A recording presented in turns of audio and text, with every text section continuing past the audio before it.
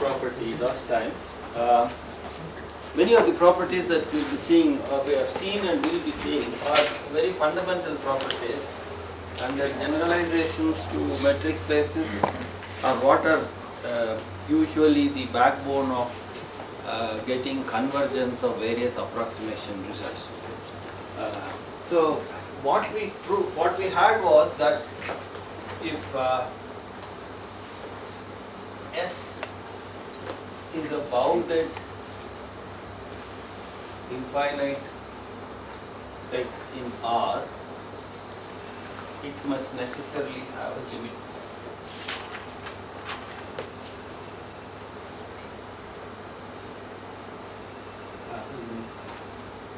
The limit point may or may not be in S, that's not our concern. Certainly there will be a limit point for the set S. Now, we try to see whether this could be true. We ask the question, is this true in a general metric space?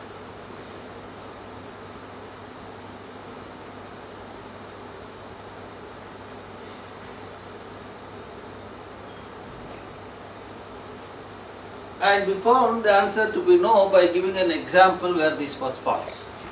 So in general this is not true. I'm just going to recollect that example.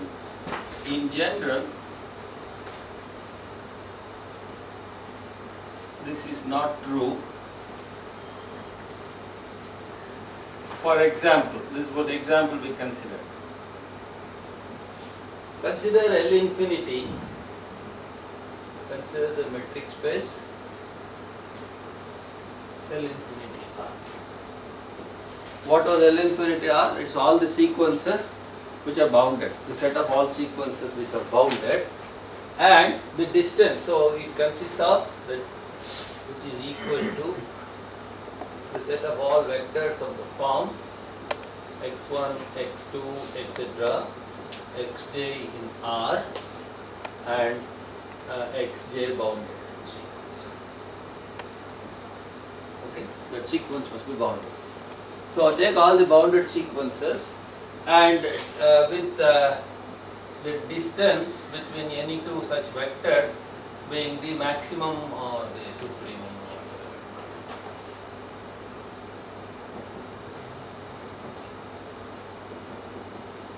The difference between two bounded sequences, bounded and unbounded. This is the metric space. In this space, consider the set S, the set of all sequences xj, where xj, the ith component of xj is 1 if I equal to j, 0 if I not. That is, it's a vector which has 1 in the jth place and 0 elsewhere. Then the distance between xj and xk equal to 1 if j not equal. What it means is that these fellows are sitting at a definite distance from each other, and therefore there is no chance of any point being a limit point. Let me write that. For any x in L infinity, if we take,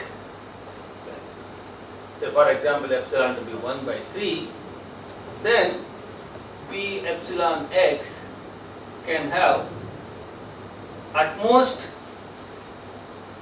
one element of S. Because the radius is 1/3, the distance between any two of them is 2, so 1, so at most one of them can be there. Therefore, it cannot be a limit point, because if somebody is a limit point, every ball around it must have infinite number of points from that set. Yes, we have seen that. Okay. So therefore, X cannot be a limit point.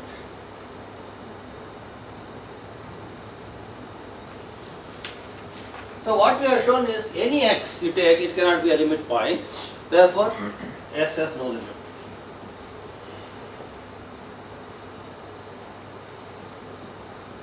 But S is infinite because there are infinite number of vectors there, the infinite number of coordinates. At each time we are taking one of the coordinates 1, the other is 0, and S is bounded.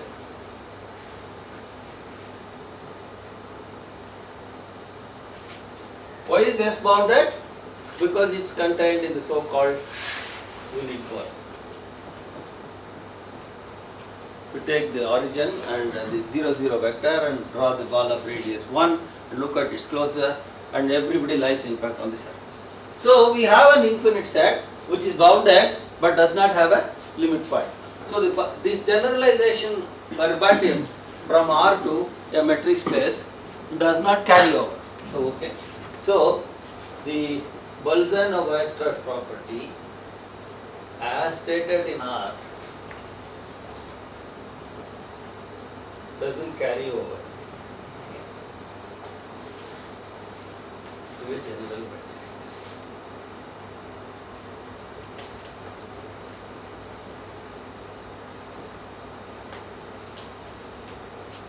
So what went wrong? And we have to repair that damage in order to get that property right. Now, if you look at this example, what we had was, we have an infinite set of vectors who stayed from each other at a definite positive distance. So one is only a, it could happen with some R also. So this example suggests that if we have a set S in a metric space omega t such that S is infinite and dxy and there exists R greater than 0 such that dxy is equal to R, but greater than or equal to R for every x not equal to y, then same thing will happen. Then S will not have a limit.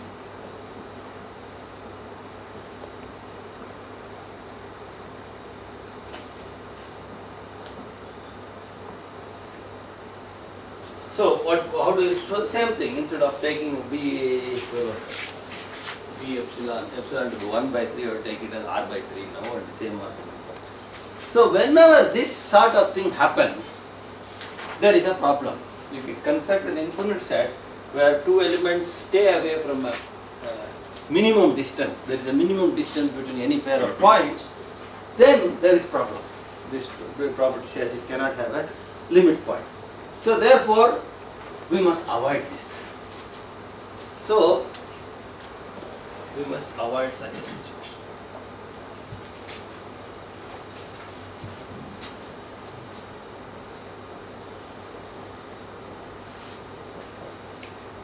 Now let's look at it more. What happens? What happens here is that we can draw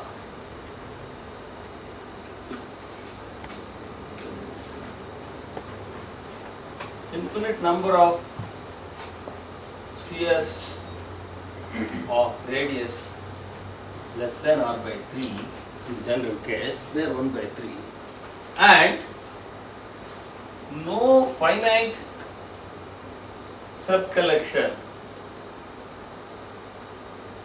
will sweep out S. Because every fellow is sitting separately in one ball. Everybody needs a separate ball of radius 1. If the radius is less than 1, then each fellow needs a one third or r by 3. Everybody has to be in a separate ball. If these balls have to sweep out the entire set, yes, They have to have infinite number of them to cover this. Okay. So therefore, what has happened in this situation is, we could draw sufficiently small sized balls such that no finite subcollection of them will cover the set S. We want to avoid that situation. That is, we can draw sufficiently small size balls that sweep out S, but no finite subcollection of this.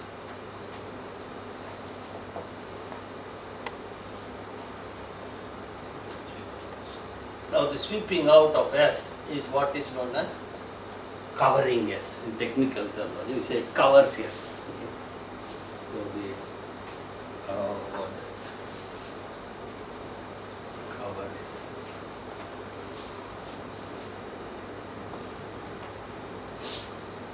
What we want to do is, we want to avoid this situation. This is what we want to do. If we want to avoid this situation, then our set S must be such that no matter how small balls we draw, there must be a finite number of them which cover S. So that is the sort of S where we have hope. The hope of having a limit point for an infinite set is, if that set S is such that however small balls we draw, finite number of them will still cover S. So our hope to have a limit point for S is infinite S, set is infinite, is if S is such that no matter what sized open balls we draw to cover S, a finite number of them must still cover S.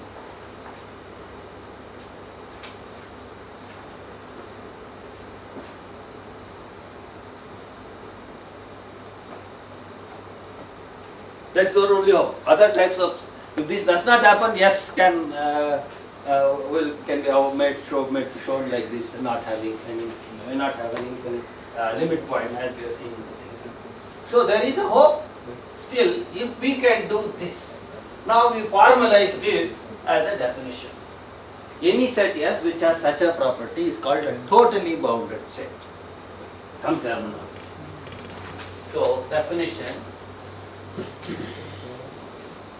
We will write this. What does it mean? What it means is, however small radius epsilon you choose, there must be a certain number of finite number of balls with some center xi and radius epsilon, the union of which will completely sweep out S. So that's what is called totally bounded. A subset S of a metric space omega t is called a totally bounded set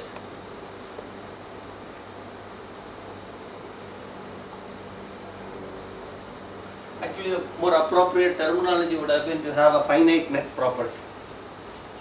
Because if you take epsilon size nets, a finite number of them will cover. So any size nets you take, a finite number of such nets cover them. You call this spheres as mosquito nets.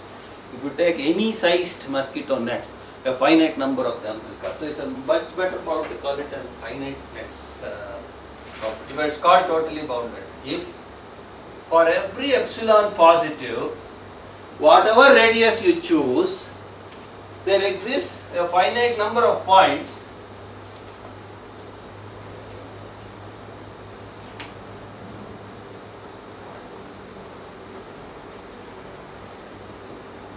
x1, x2, xn. I'll leave some gap here, I'm going to write something such that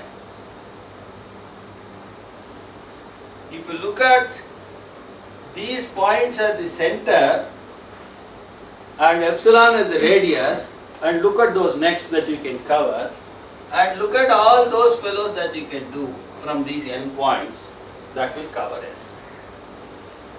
Then it's called totally bounded. Okay. However many spheres you may give of radius epsilon, a finite number of them will always be found. For every epsilon, we can find a finite number of epsilon balls that cover this. Now, I said I am going to leave some space and write something. What is it why did I leave some space? Now, let us say I fix the set S. How many n's I need? How many points I need? Well, that will depend on the epsilon. So, n will depend on epsilon. Which points? That will also depend on the epsilon. So, n and the points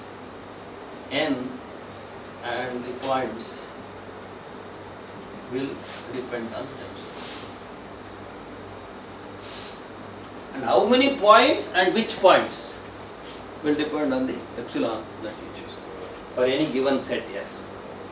If it is totally bounded, then this will depend. Then we say it's a totally bounded set. So therefore, what is our hope? Our hope is that possibly we are not established it, it's only still hope. Possibly, if I had an infinite set which is totally bounded in a metric space, there is a chance of having a limit point. Okay? That's exactly what the Bolzano property it will be for a metric space. These concepts are very, very essential concepts. Okay? This totally bounded, many other things that we see. Okay, but before we get to that situation, we will make few properties. Okay, one, some observations.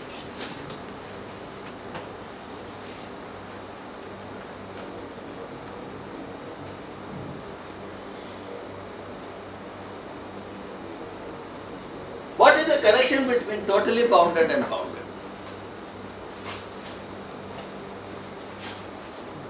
We have seen in this example, this is not totally bounded, because if you drew 1/3 radius, you could not cover them with finite, but it is bounded. So you can have bounded sets which are not totally bounded, but you cannot have totally bounded sets which are bounded. So by our example in infinity, in L infinity, follows that a bounded set need not be totally bounded.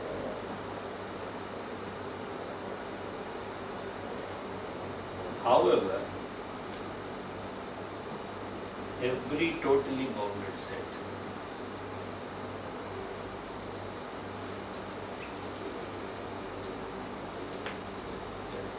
must necessarily be bounded.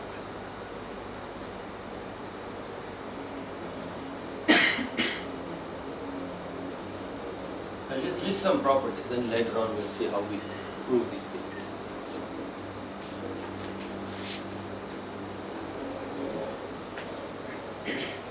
Okay. Now we have a bounded set. When you take any subset of it, that's also bounded. But the whole thing is controlled, so the smaller piece is also controlled. Analogously, if you have a totally bounded set, its subset will also be totally bounded. So every subset, any subset of a totally bounded set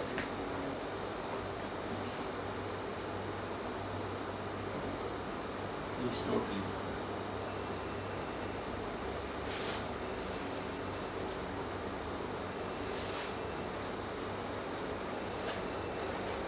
We will, I'll make a statement, but I'll maybe prove a little more than what we are really actually stating. We have to give at least one example. Well, in the real line, any boundedness and total boundedness. Let me be more precise. At least a simple example. Start. Any closed interval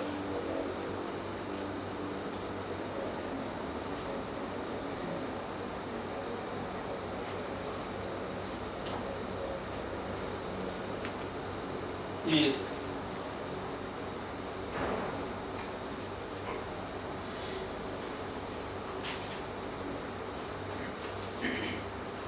now there are very a few comments you have to make here again keep in mind. You have to treat this as a subset of some metric space. Which metric space? The real line. What metric? The usual metric. Okay, so in the real line with the usual metric, any closed interval AB is totally bounded.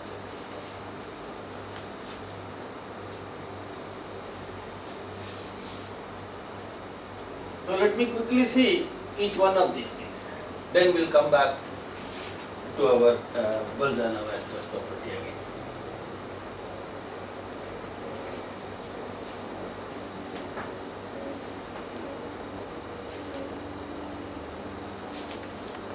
Or maybe I'll leave this property for a moment and continue with my Bolzano idea. Finish that, then come back and look at this. So we shall do this. Right.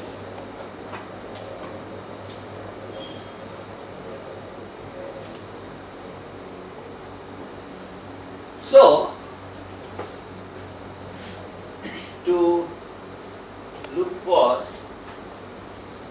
the Bolzano property in a metric space omega t, we have to start with S subset S, which is infinite and totally. Because we have seen that if it are not totally bounded, we may run up into difficulties like L infinity situation. Okay, that example situation. Things may stay at a distance from each other and therefore it will not. So your only hope is to see, instead of starting with a bounded infinite set, start with a totally bounded infinite set and see whether you can get a limit point. And ask whether such a set should have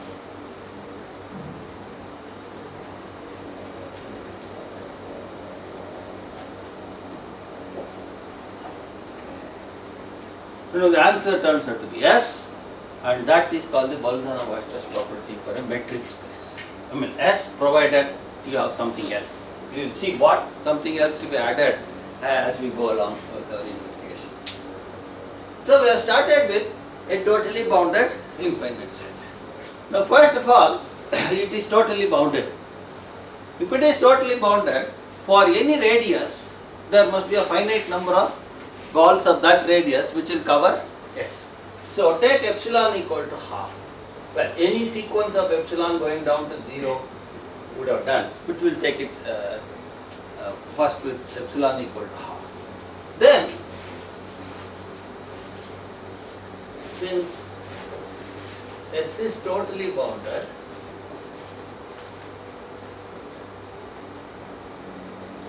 by this definition, for any epsilon greater than 0, something must happen. Particularly for this epsilon equal to half, there must be certain n number of points, and then the balls around those points cover S. There exists finite number of points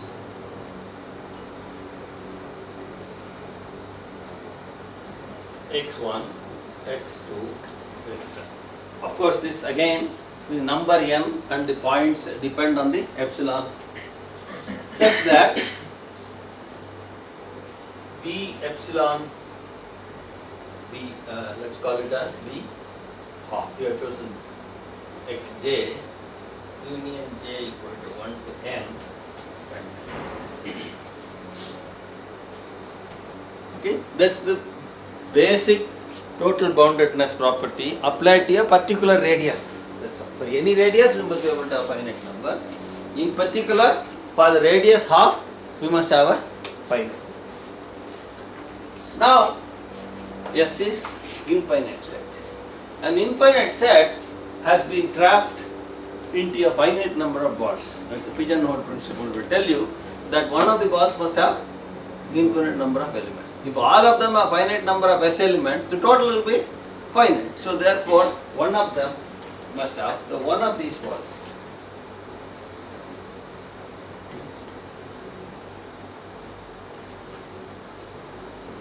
Not one, at least one. There are many which will have. At least one of these balls must have infinite number of, okay, must have an infinite subset S1 of this. Okay, inside.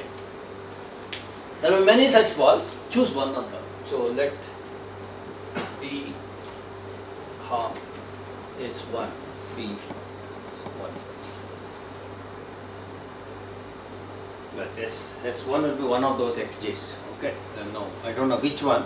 So I called it picked one as S1. Therefore, B half S1 intersection S is S1 is infinite. There is an infinite subset of S sitting inside this. And in particular, therefore, B half S1, even if you take the ball with the sphere, with the surface also, this is infinite. Maybe more, because you take the sphere, there will be other points that will be coming in. So at least those many points are there in this one.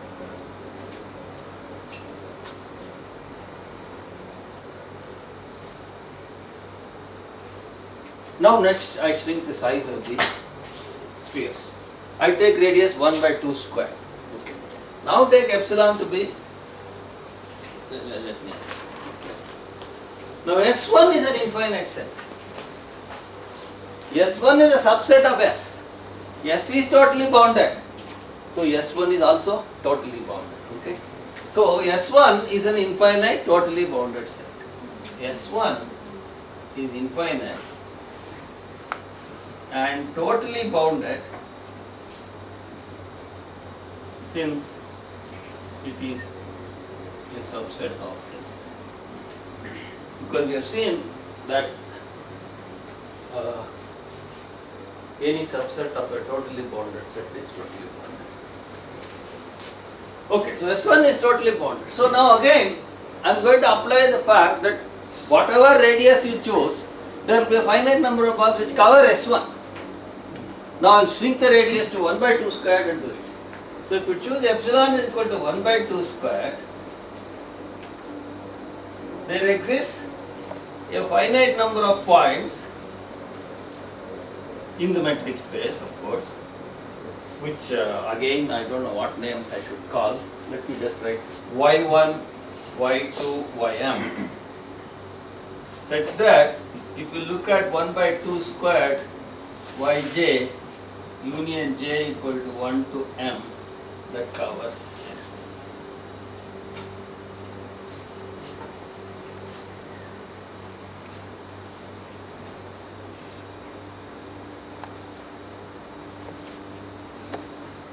Okay? See, in the real line, we will go back to real line and see. In the real line, what, suppose you take a closed interval. What do? You bisect. And so one of them is infinite. You bisect, one of them is infinite. But here, bisecting a ball becomes very messy stuff. So we try to push one small ball inside another ball, etc., etc. That is exactly the bisection thing is being got around by all these constructions. Bisection because the length has been, radius is being reduced to half each time. Alright, now so I have got a finite number of these fellows. S1 is infinite, again same argument, one of them must contain an infinite number of elements, call it S2. So at least one of these open balls contain an infinite subset S2 S1. Call one such as B by 2 square. have B 1 by 2 squared S2 intersection S1 is equal to S2 is infinite.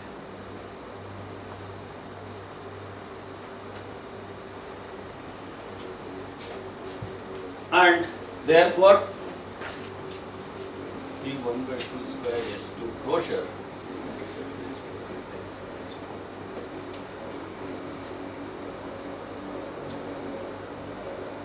now I got two parts. I can do a little more, but it's enough for me.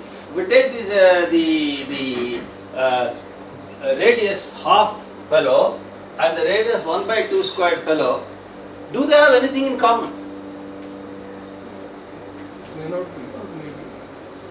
I want a definite answer. Definite and maybe or may not be is a safe answer. I want a definite answer. What is common? Where is S2? S2 is in this, S2 is in S1 and S1 is in this, therefore it's also in this sphere. So the entire S2 is common to both of B half and B half square. Is it clear? So therefore S2 belongs to B half squared S2. Also S2 is contained in S1 is contained in. Therefore, B half S1 intersection B half squared S2 closures contain S2. Is that clear? Fine. Now, and we continue this process.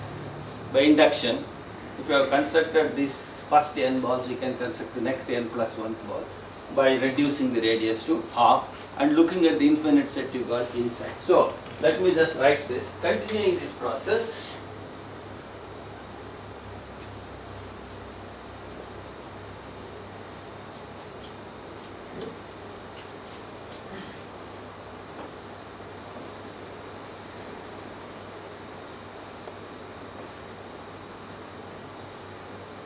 we get the sequence of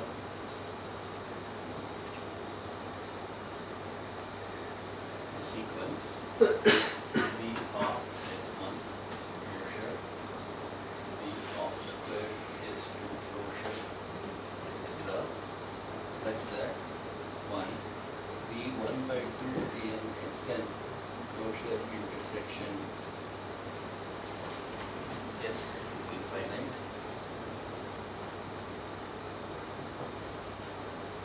You can write this way because the S1 itself is infinite, so intersection S will also be infinite, so on. 2 B1 by 2 to the n Sn intersection B1 by 2 to the n plus 1 Sn plus 1.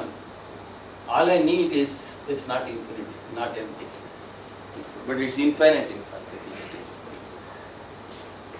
Okay, well, I suppose that's clear.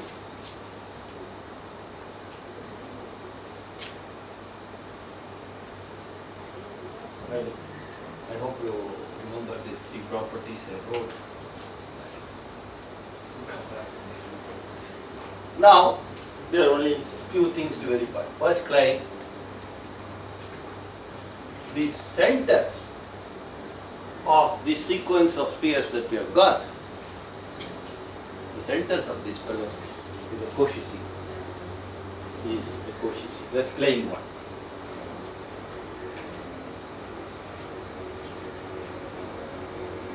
Essentially what we do in bisection method also. We show that finally the centers form, pick a sequence of points in each one of them and show that it's a Cauchy sequence. Now in the real line, when you do all these things in the real line, at this stage something is handed on a platter, namely the sequence will converge because R is complete. At this stage, in a general metric space, this is not there. So we make a hypothesis now that the metric space is complete. Okay. So now assume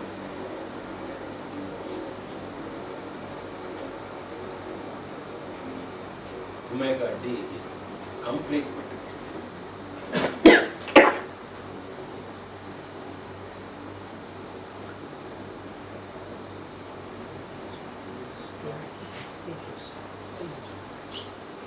Okay.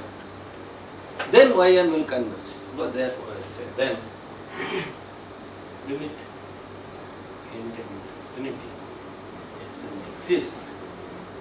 Calling this.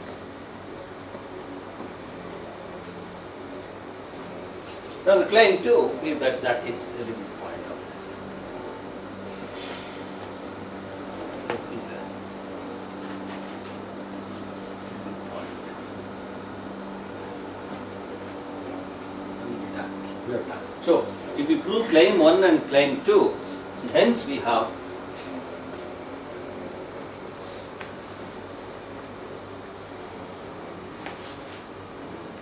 theorem, Bolzano stress. New metric space. In a complete metric space,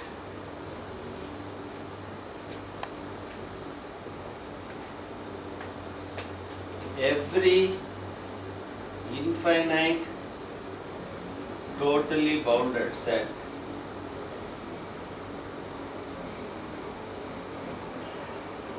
has at least one.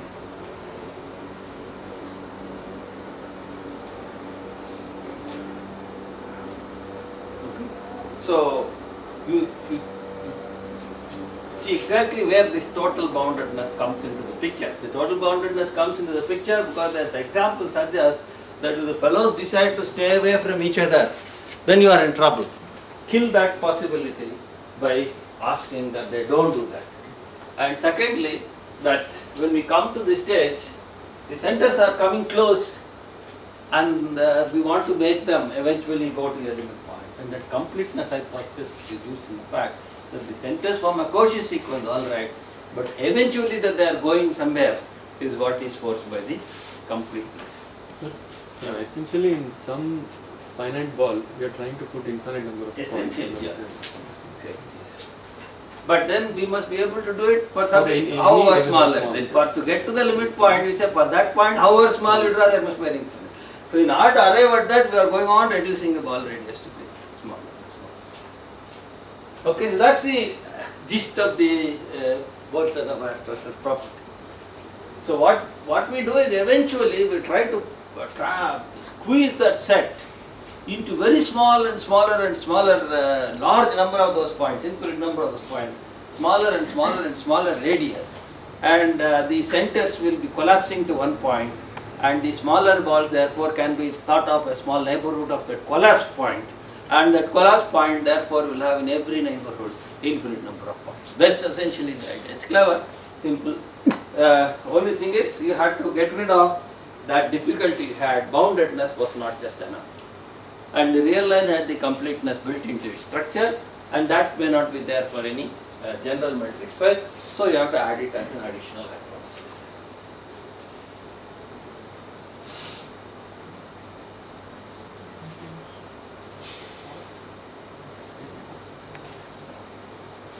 Now the fact that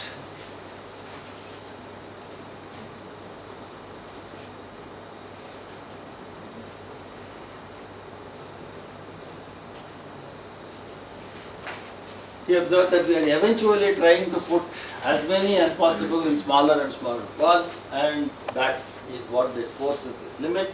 You will see that first. So proof of claim 2. We have to claim that this limit point, that limit of that sequence of centers is indeed a limit point. So what should we show? To show that S is a limit point,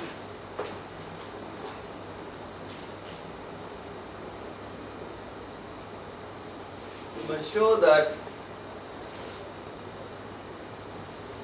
in any neighborhood, or if you take that point S and draw a sphere of radius epsilon, whatever the radius epsilon be, there are infinite number of points of S sitting in that. That's what we have eventually achieved, so that's what we are going to show that we have achieved. For every epsilon positive, B epsilon S intersection S is infinite.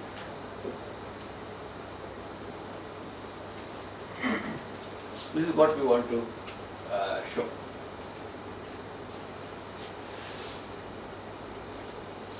Now what we will show,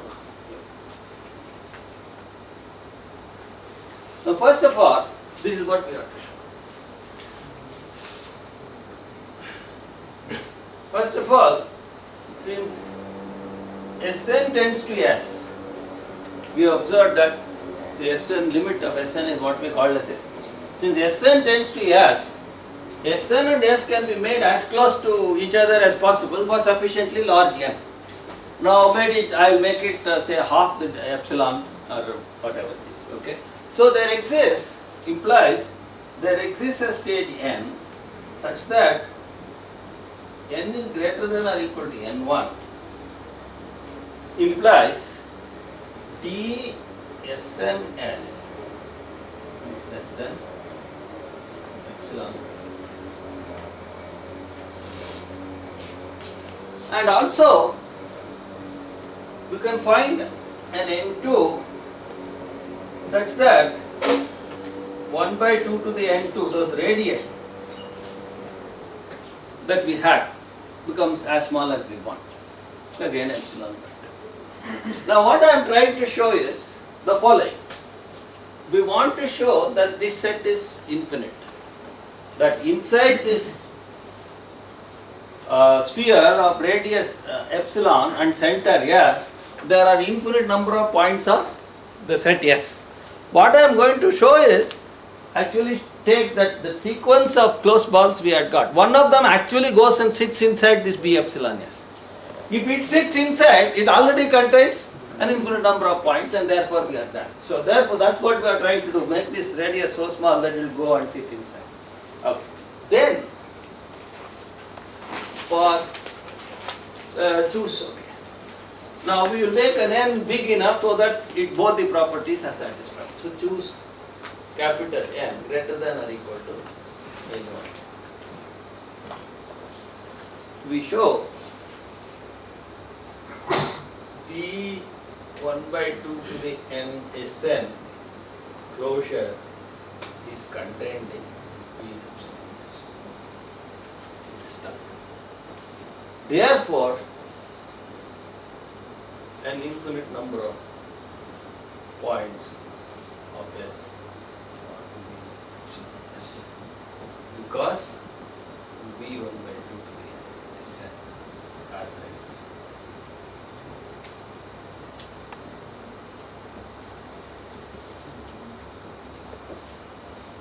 Okay, that's so we have to go and say that a small one of these balls will go and sit inside that sphere. Okay, so we have to show. If we show this, that's so. What does happen? We want to show that if you take any point in this, its distance from S is less than epsilon. That is to show that to show star, we have to show y belongs to B 1 over 2 to the n Sn implies dsy is less than. If we show that, then y is within a distance epsilon from S, therefore it will lie in this sphere. That's all we have to show. Now, so this is what double star. So in order to now prove double star, it's enough if I prove double star. Now, y belongs to B 1 over 2 to the n Sn implies dsy is less than or equal to dssn plus dsny. That's all. We split it into two parts. This is triangle inequality. Distance from S to Sn is smaller than epsilon by 2 for any n greater than n, and I have chosen that. So this is less than epsilon by 2, call this as 1, by 1. And what about this? That is less than 1 over 2 to the n by choice. Close. Less than or equal to, but this is less than, so the total will be less than. This is by 2. But then 1 hour, this is not yet, okay, because why? This is because of this. And that is less than epsilon by 2 plus epsilon by 2, this is, so implies ds by is less than epsilon.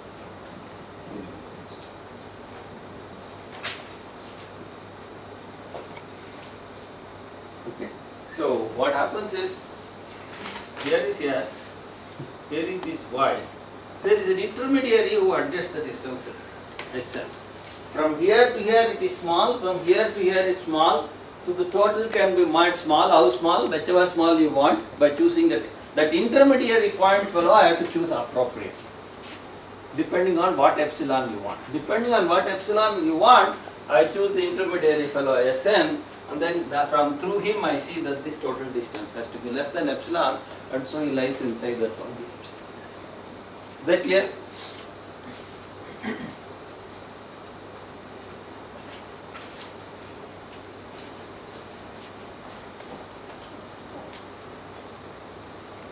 No, we must. It must have been really amazing. The person who first time saw these things must have seen it so nicely happen.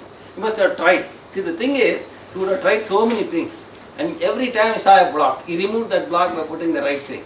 Remove that block by putting the right thing and all so on. Finally we see it, when we see it so clearly. But unfortunately, in my opinion, I want to see the original, all attempts they made and what are the lessons that they learned in the process. That is more revealing and learning. Because even the very notion of totally bounded, you simply see a book writing the definition of totally bounded. We don't see why we needed that, at what stage we got it.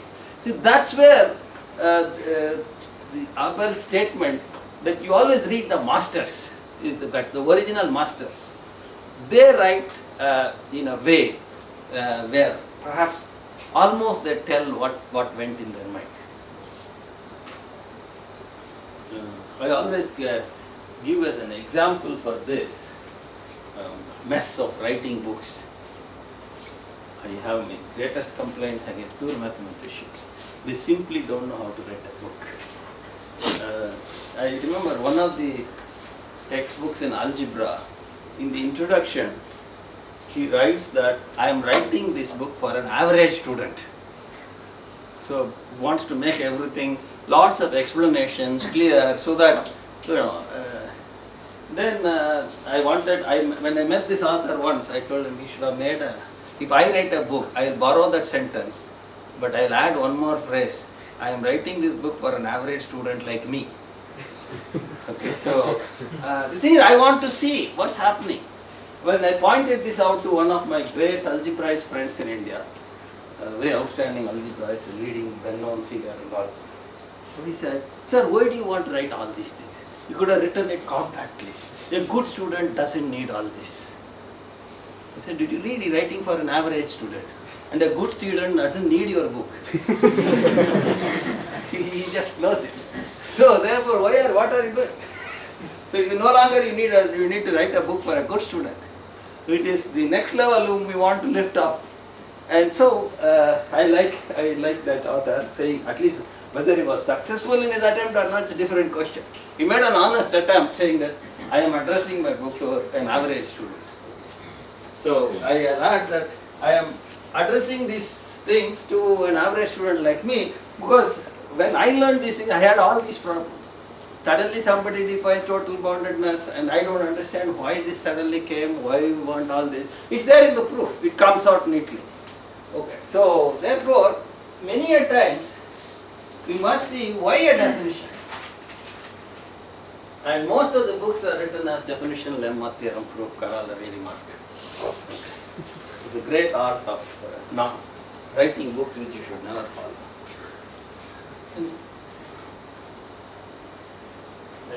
Whenever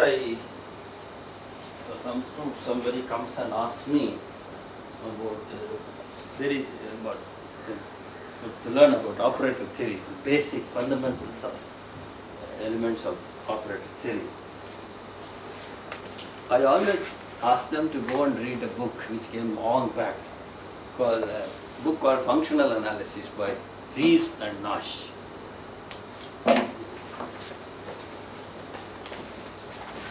Friedrich Ries.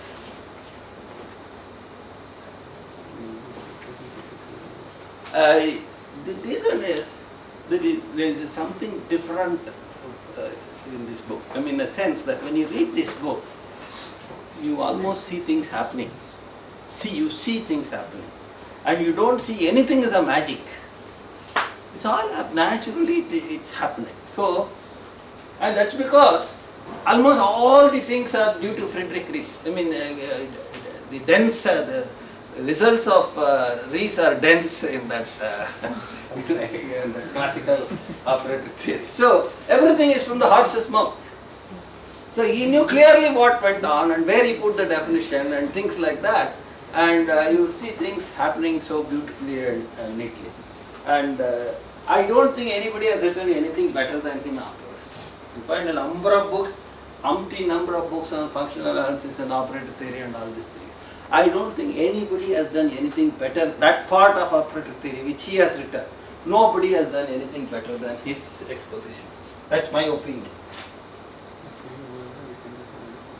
In fact, if you know French, it may even be more exciting to read his original works. Okay.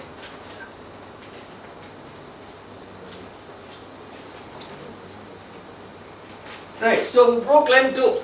We are not at claim 2. So finally that's where the construction comes into it.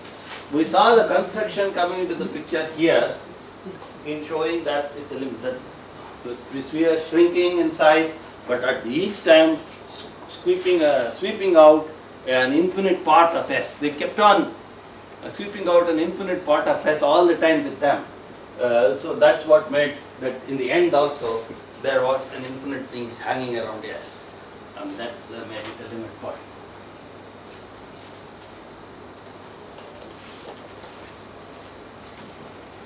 So we will use that intermediary idea now again and again. What we want to show? We want to show that this sequence is a Cauchy sequence. If we want to show something is a Cauchy sequence, what we want to show is beyond a certain stage, the terms of the sequence are close enough to each other. So to show this,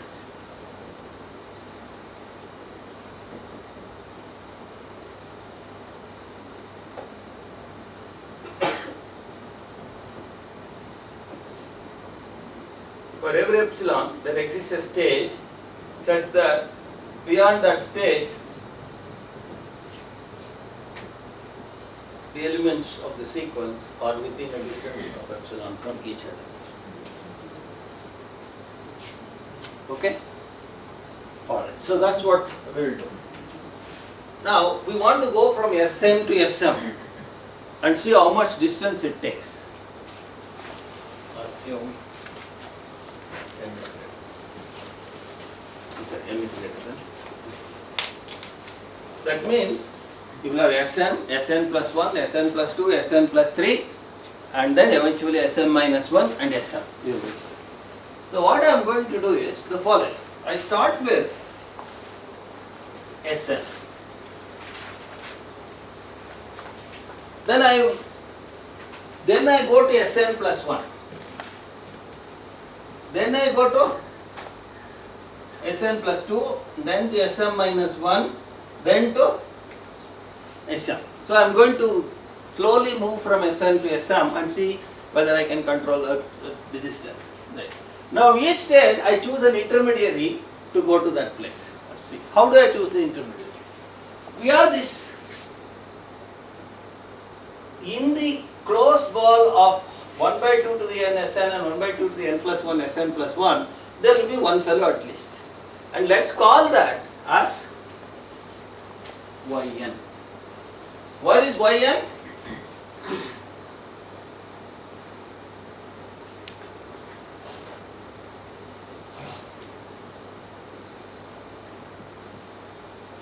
Okay.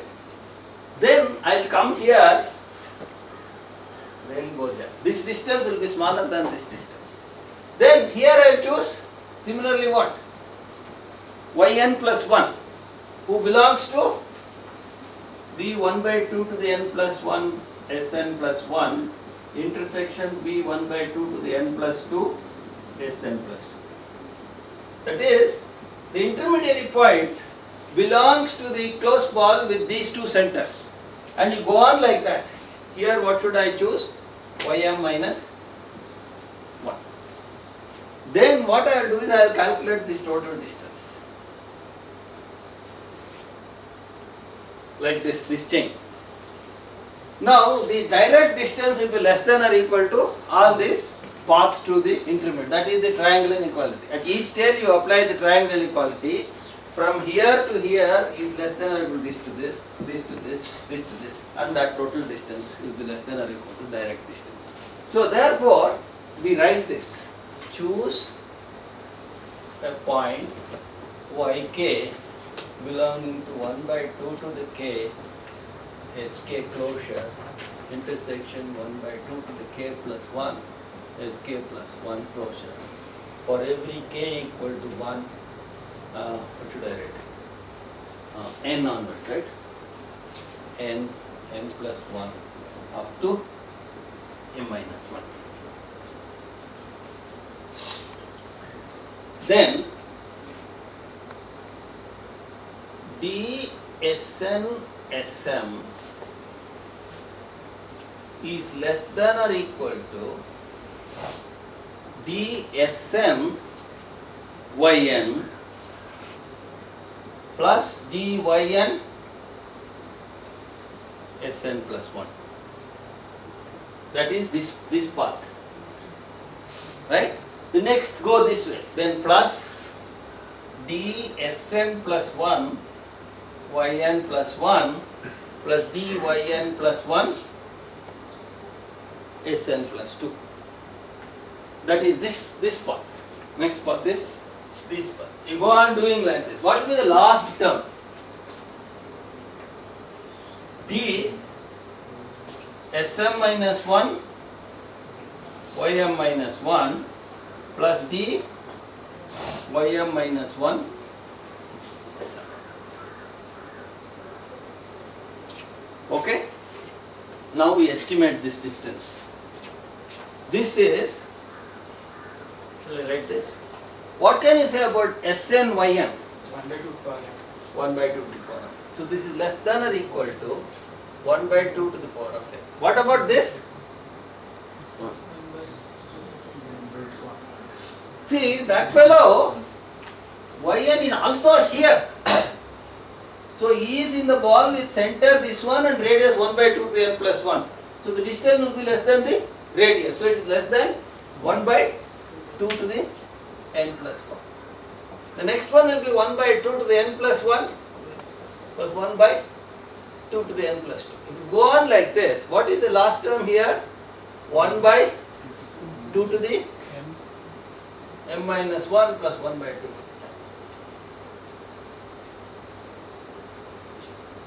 Okay. So therefore, so finally what? dsn sm is less than or equal to, here look at all this. I started with the nth power and ended up with m minus 1 power.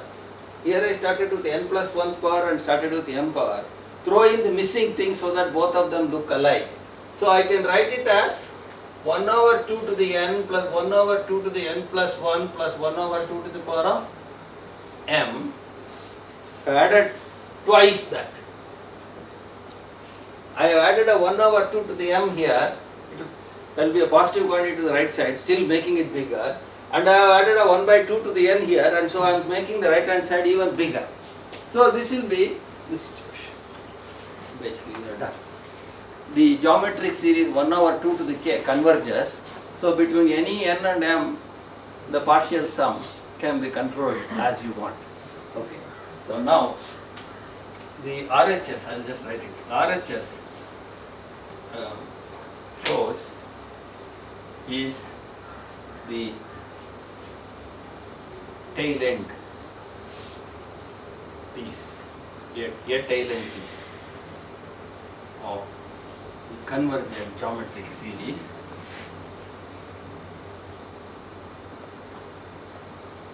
summation 1 over 2 to the k to the 1 to infinity and therefore there exists an n such that n and m greater than or equal to n implies RHS is less than epsilon. You can make this less than epsilon by 2, therefore twice that is epsilon. So therefore n and m greater than or equal to n implies ds.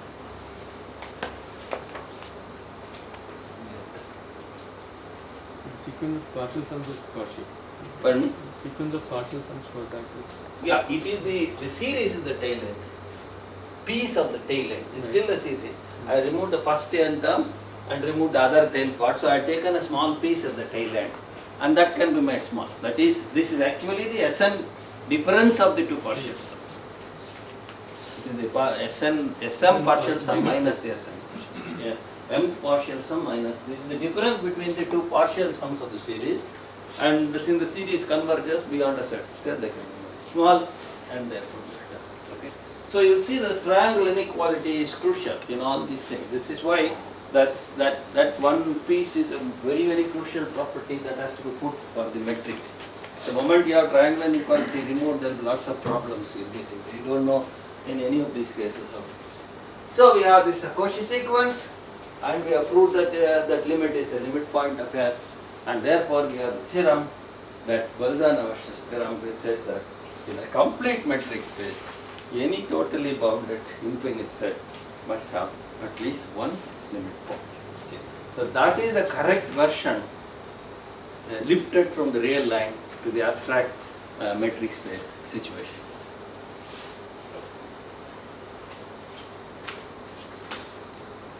That's why we cannot use 1 over n.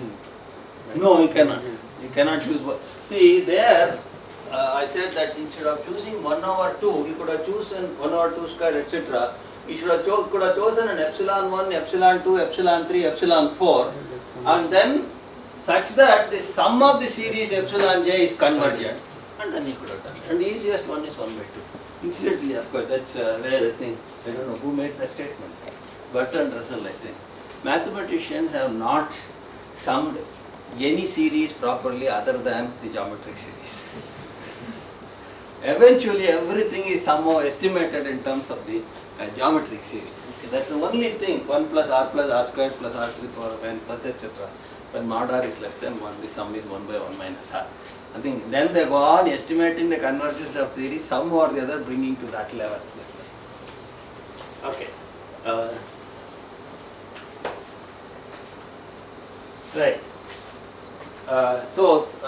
One property we have got. Now we left at the closed interval intersection property one stage, and then the second one we have now basically looked at. We had a sequence of closed intervals, one contained in the other, and the length going down to 0. The intersection is a single point on the real line. In the metric space, we said if you have a sequence of closed balls, the diameter is going down to 0 and each contained in the other, and if the metric space is complete, then the intersection. See, that completeness is one thing we need to move from the Cauchy to the limit. So in a complete metric space, a sequence of closed balls, one contained in the other, and the diameter going down to 0, will intersect in exactly a single point. That was one property that we called as Cantor's intersection property for closed balls. Now this is the other important property called the Bolzano-Weierstrass property. Now I have not looked at the two properties I mentioned, three properties I mentioned for totally bounded sets. I said I will come back to these properties in the end. So now I have about 10-15 minutes. I will conclude that instead of taking out something easy. Okay. Now, what were the things that we said? That one, every totally bounded set is bounded. That was the property we found. One property we had. Two was every subset of a totally bounded set. That we used in the proof. because we got S1 and S1 being a subset of a totally bounded, it's also totally bounded like that of a totally bounded set is totally bounded. And 3, any closed interval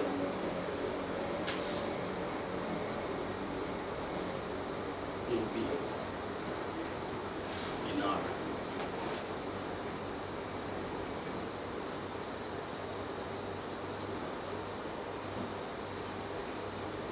It is totally bounded. In fact, so let's look at 3. We'll go backwards and see, because the first one, the easier ones come first. So look at 3. So actually, what does 3 want? What 3 wants is that if you have a closed interval and you give me any radius, I can construct intervals of that radius, a finite number of them, and cover it. That's what it really says. Now we'll do a little more than that. What we'll say, you give me any collection of intervals which covers S, we can always find a finite number of them which covers S.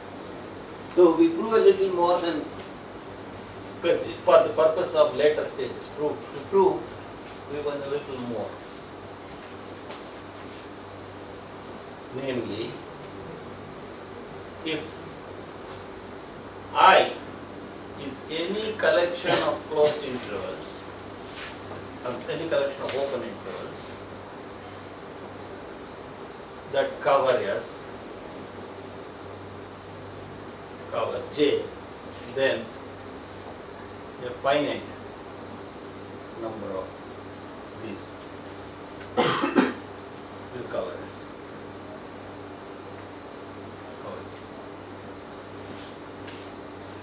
Not only epsilon in size or whatever it is. Whatever collection of open intervals you give, which cover S, cover J. First let's prove that. Okay. Then a finite number of them. So suppose we had this. So let's call this a star.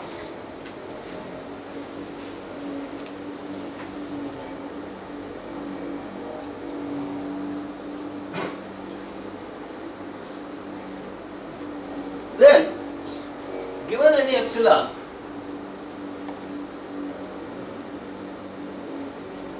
consider for any x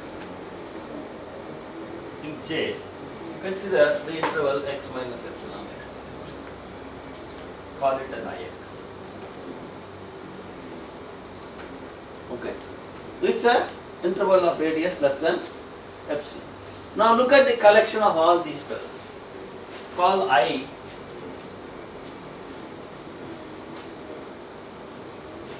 Ix, that's belonging to. For every point you have an open interval, take the collection of all these fellows, and clearly I sweeps J, because every point is in one of those intervals. So I collection of open intervals that covers J. And therefore by star there must be a finite number of them which covers J. Therefore by star there exists a finite number of these that cover J.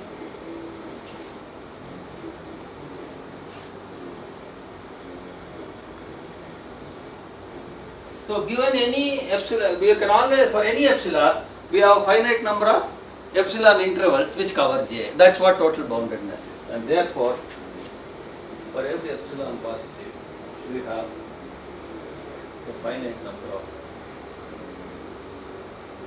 points, x1, x2, xn, such that union xj minus epsilon, xj plus epsilon, j cover, which is I epsilon xj, what we call it?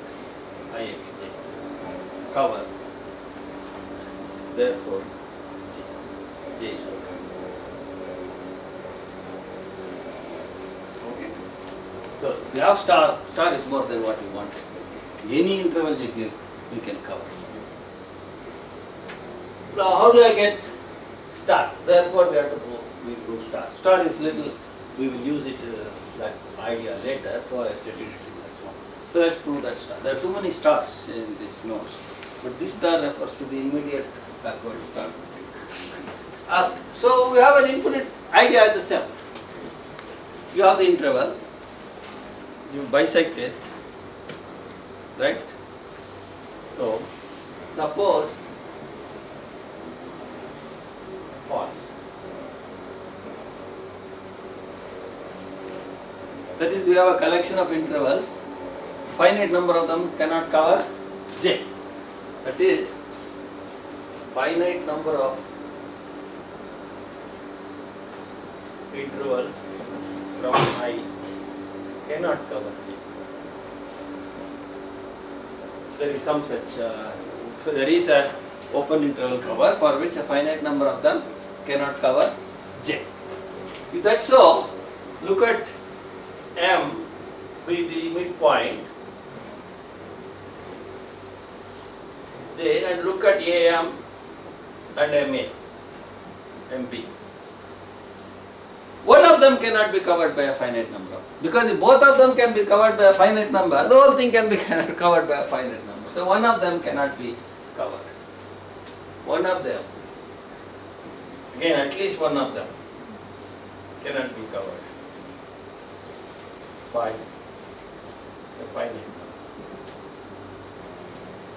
number of I intervals. Call it J1. So what is the length of J1? J1 is contained in J, and length of J1 is half of the length of J, which is B minus A by 2. What do? Continue this. Now J1 cannot be covered by a finite number of them. Take the midpoint of J1, one of the halves cannot be covered by a finite number of them. So continue, repeat this process on J1 and so on. Repeat this on J1 and so on. This is now a standard procedure. So therefore, this bisection method is a very powerful method. Okay, so get a sequence Jn of closed intervals such that 1 Jn plus 1 is contained in Jn, such that 2 the length of Jn is length of J by 2 to the power 10, which is B minus A by 10. And this goes to 0, then goes to infinity, because 1 over 2 to the n goes. Now we have a theorem. If you have a closed sequence of closed intervals, one contained in the other, length going down to 0, the intersection must be a single term. Therefore, intersection Jn is a single term. Yes. Okay. Now S is in J. Why? It belongs to Jn and all the Jn's are in J. Okay. J1 is in J, J2 is in J1, therefore is in J, S is in J. If S is in J and I covers S, one of the intervals here must cover the point S. So therefore, there exists an interval AB in I such that S belongs to A.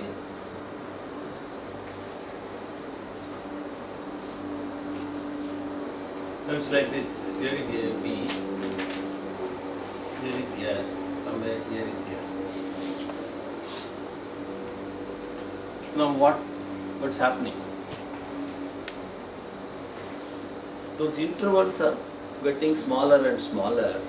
For a sufficiently large n, the interval will come and fall inside this closed interval. Okay?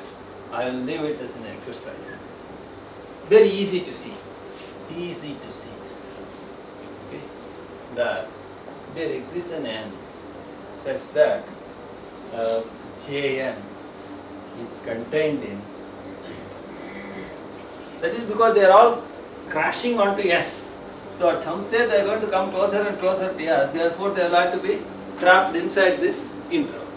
If that is so, if since Jn is inside this, Jn has been covered by one interval from I.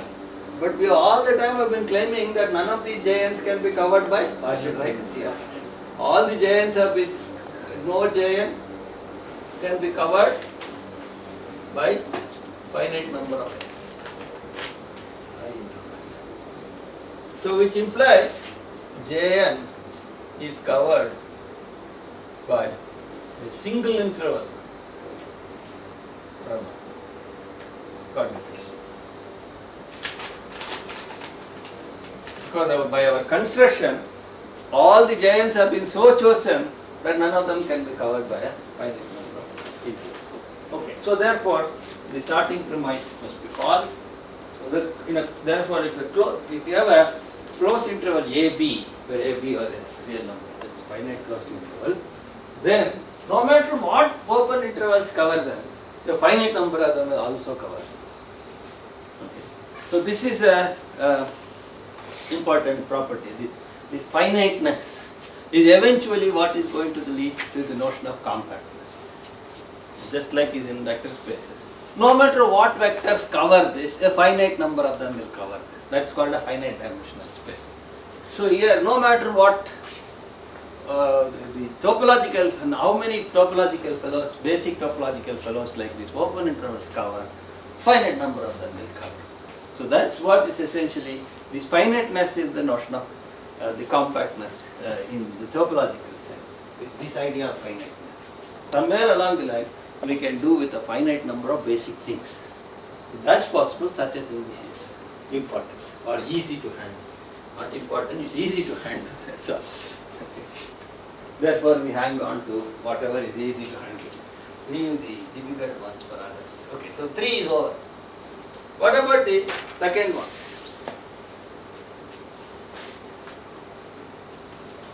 Why is every subset of a totally bounded set totally bounded?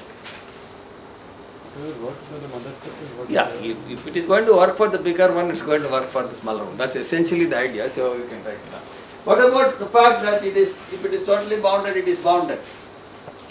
Well, what happens is there are a certain number of points, x1, xn, so that if you draw any radii, that will cover that. In particular, let's say I choose a radius 1. Then this whole thing covers? Yes, okay. Now, how do I get that it is bounded? So there are finite of them. Yes. And then the triangular. Yes. Yeah, the picture will tell you now what's happening. Okay. If you take any point, you calculate the distance from any 2 points, can be calculated going through this intermediates, and then you will find at most it is something. Okay. And I'll leave it to you. So then basically the route to that place. But it is going to tell me that the total, whatever route you take, you cannot be doing more than this. Okay. So that sort of ideas are important. And see, you will see that the triangle inequality is the backbone of almost all the proofs of convergence. It will be there everywhere, that eventually you want to show something is small and you are not able to do it directly. You do it by several steps, and each step you need to try the equality. Okay. I will come back to this property 3. We will soon see that the fact that it is an interval has nothing to do with it. You could have taken any closed bounded set. It's a finite interval, so trap. If you start with any closed bounded set, first you can trap it in a closed interval, then repeat the process. Okay? So essentially, you are first looking at the base level of these constructions. If I can handle it for interval, then I know a bounded set I can trap it in an interval, so try to get that result. So that's what is eventually compactness on the real line is, that instead of the statement I said that if we have a closed bounded set, then no matter how many open intervals you give to cover that, a finite number of open intervals will also cover that. And then the next is why bother about open intervals? You could have started with any open set. So that's what the final clinch on the compactness. Right? If you give any number of open sets which cover that set, yes, no matter how large a set you give of open set, there is always a finite number which is covered. If the set has that property, they are called compact sets. That compactness is one of the most crucial things. Okay, anyway, we will look at all these things as we go along. So far we have the intersection property for closed intervals, which we we extended for metric spaces. The next important property is the Bolzano stress property, which you have extended. The third important property now we are going to look at is this covering business, which this interval suggested. Okay, that will lead you to the notion of compactness. And these are some of the most crucial topological ideas that one will repeatedly use, or very repeatedly used in analysis. Oh, I think I'll stop here.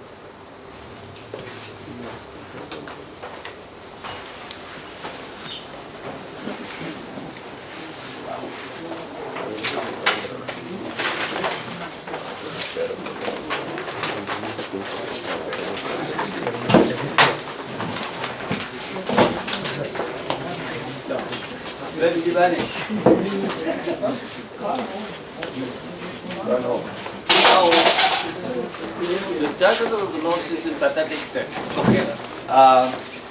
You see, we have now reached today the 20th lecture. Between 11 and 20 is in a mess. Well, not that 11 I have finished. 18 and 19 I have finished. So 17 and 18 I have finished. 19 and 20 will also be, I should do some cutting and pasting. 11th I have finished. So now number 12, 13, 14, 15, he's hanging around somewhere.